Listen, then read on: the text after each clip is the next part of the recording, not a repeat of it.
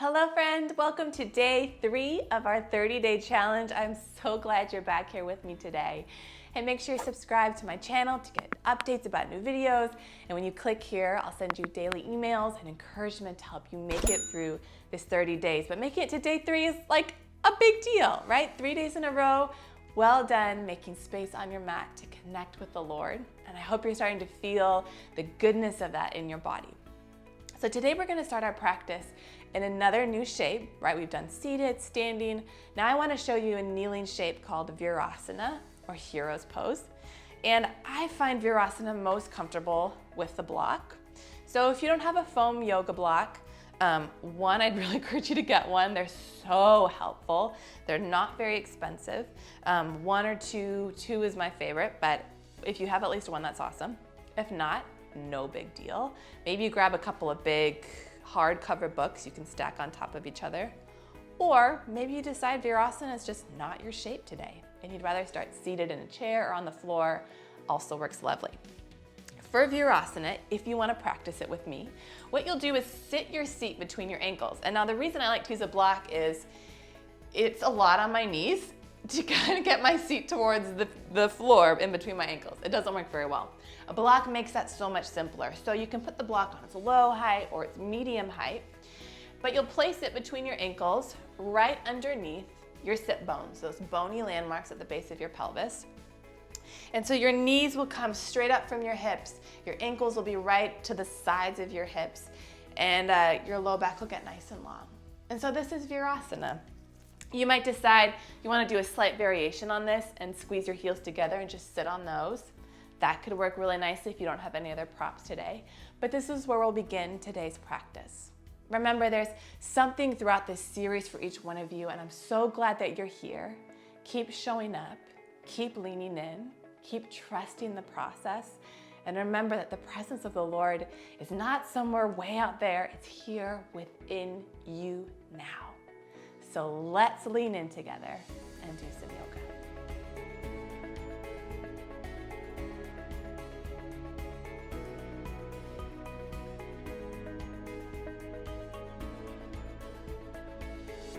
Hello friends.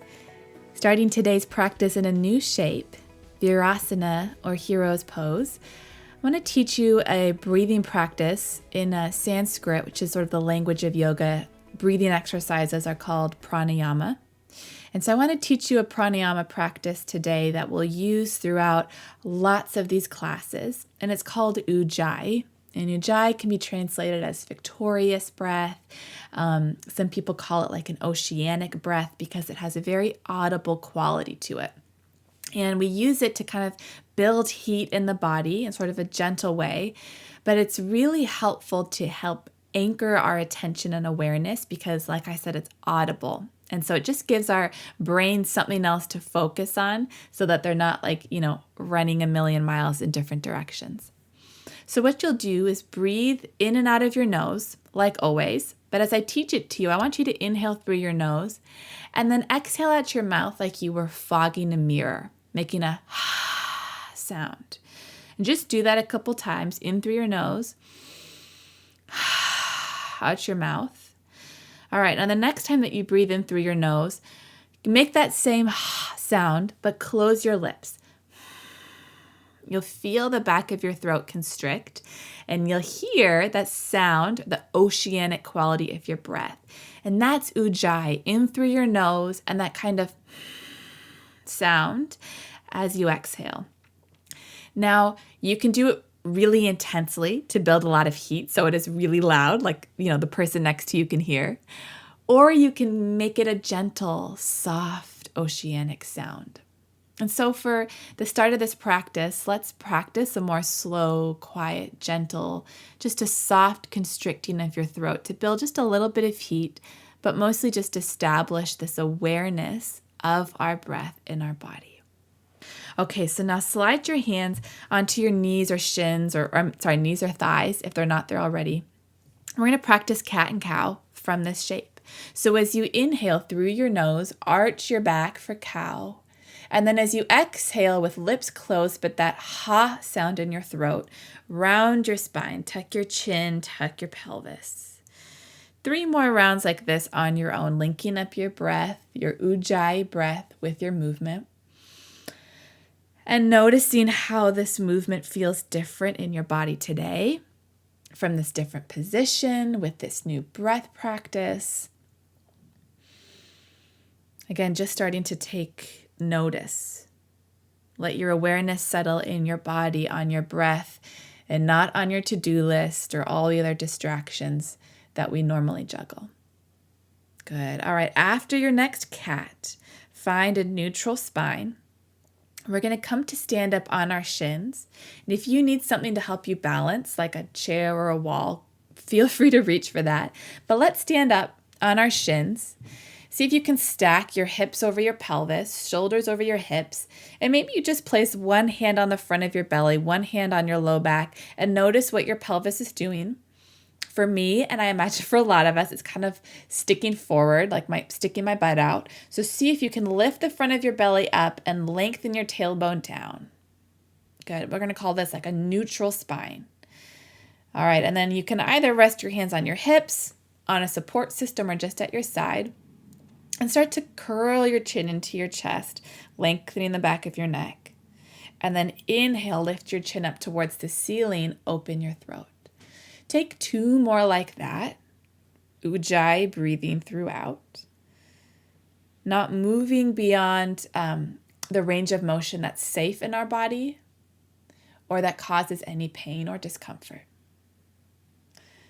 Okay, come back to a nice neutral neck. And now turn your chin over towards your right shoulder. And then slowly back to the center and over to your left shoulder. Take 2 more full cycles like this. Go slowly, right? See if you can notice, perhaps if your chin can go a little bit farther, or notice if you're pushing into pain to try and go farther. And if that's your tendency, can you ease up and practice being more gentle? Okay, after your second completed round, I want you to tuck your toes underneath you and sit back on your heels. So it's like Virasana, but your toes are tucked, so you're getting this really deep stretch in the soles of your feet. And I want you to take 1 round of neck circles. So link up those movements we just did. Chin down, over to one shoulder, all the way up to the ceiling, over to the other shoulder, and then all the way back to the center. Can you stay like this and turn your head the opposite direction? Take a circle the opposite way, using your Ujjayi breath to help you persevere. Oh, so good. Okay, neutral neck, untuck your toes, hands to the floor, and just kind of kick the tops of your feet onto the mat to release that sensation. Maybe you decide you want to take a couple rounds of cat and cow here to just sort of rinse that experience out. Notice what it brought up for you. And release any judgment, any criticism, and see if you can draw your awareness back to the presence of the Lord who is present with you now. We're going to find again those supported side planks we did in our very first practice. So stretch your right toes back behind you. Take your left shin out to the side. Plant your right heel, lift your right arm, and then stretch your right arm over your ear, really grounding down through the outer edge of your right foot and using your breath to make more space. Good. Return your hand and your knee to the mat and extend your left leg behind you, toes on the floor. Slide your right shin out to the side, plant your left heel, stretch your left arm up, and then take a side bend on this side.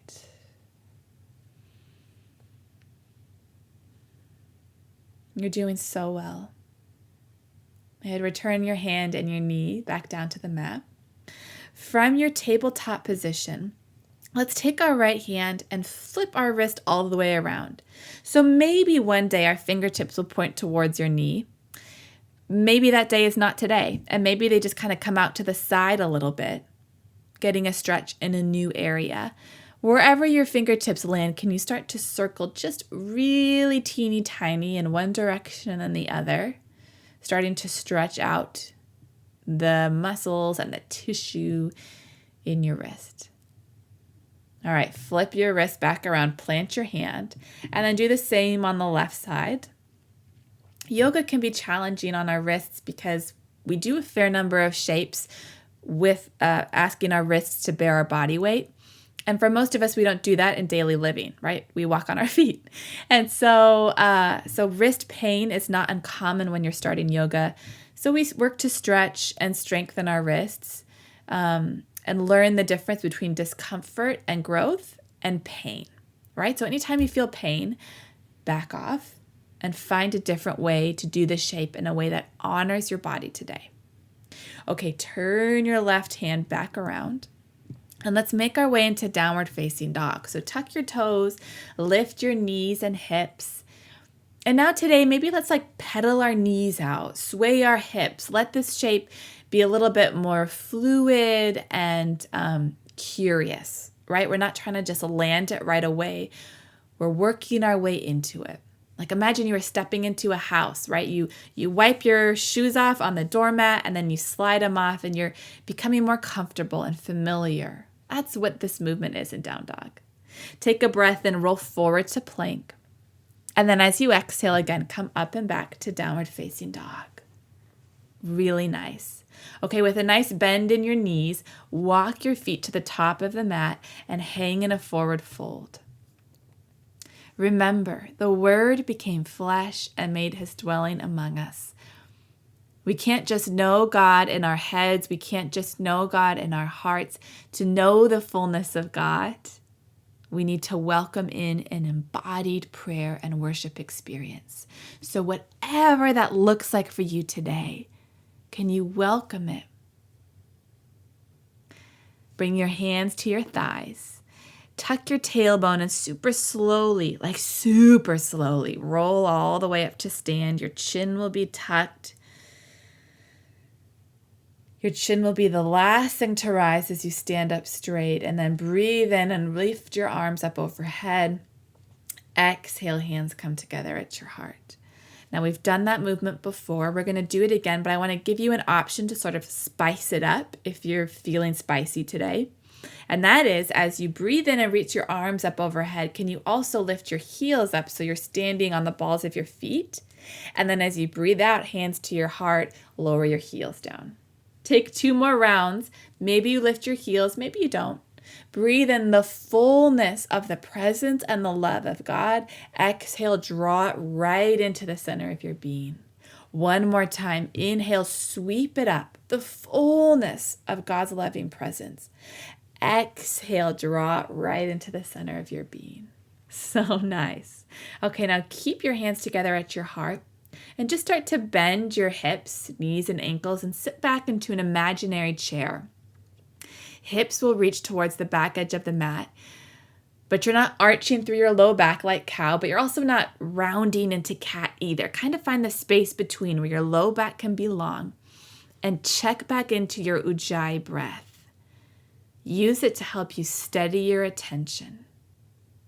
We're starting to build more heat than we have the past couple days, so just notice what that brings up. All right, now on your next exhale, fold all the way back forwards. Good. From your forward fold, step back into your plank. Lift up and back to downward facing dog. Take just 1 breath in here. And then exhale, lower your knees down to the mat. And we'll close once again, either in child's pose or upright in Virasana or hero's pose like we began today's practice. Whatever shape you find yourself in, can you use your exhale to just soften your body? I pray that you, being rooted and established in love, may have power, together with all the Lord's holy people, to grasp how wide and long and high and deep is the love of Christ, and to know this love that surpasses knowledge, that you may be filled to the measure of all the fullness of God. Father, that is our prayer as we end today's practice. May we step off this mat with a deeper knowing that surpasses knowledge, a deeper knowing of the fullness of your love. We thank you, Jesus. Amen. What an honor it is to hold this sacred space with you and to draw near to the Lord alongside you. Thank you for meeting with me and the Lord on your mat today, friend. I hope it has blessed you immensely. If you enjoyed this practice and you're hungry for more of it, come and find me in the Yoga Abbey, our online yoga sanctuary for lovers of Jesus, where we practice yoga and meditation and lean into some deep contemplative prayer practices as a global community. It's where I spend most of my time these days, and we would love to have you. Just follow this link here for more information. And until then, I'll see you back here on your mat again soon.